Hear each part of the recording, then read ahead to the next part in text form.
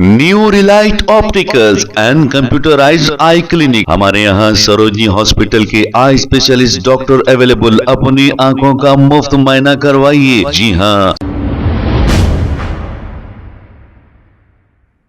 अस्सलाम वालेकुम नाजरीन, 7H न्यूज सच को रखे आपके आगे। अस्सलाम वालेकुम नाजरीन, 7H न्यूज सच को रखे आपके आगे। याकूतपुरा के इलाके में 3 दिसंबर को जुनैद के कत्ल की वारदात पेश आई थी। उनके ये आखिरी सफर में सैकड़ों की तादाद में लोग देखे गए। अब ये कत्ल करने वालों के नाम अली जाबरी और उमर जाबरी बताए जा रहे हैं और ये जफर पहलवान के बेटे हैं। जुनैद के इस आखिरी सफर में हालांकि जफर पहलवान भी मौजूद हैं। अब क्या कातिलों को सजा मिलेगी या इन्हें वीआईपी ट्रीटमेंट देकर जेल को रिमांड कर दिया जाएगा या इन्हें मीडिया के सामने पेश किया जाएगा या नहीं, ये भी पता नहीं। आइए देखते हैं ये रिपोर्ट।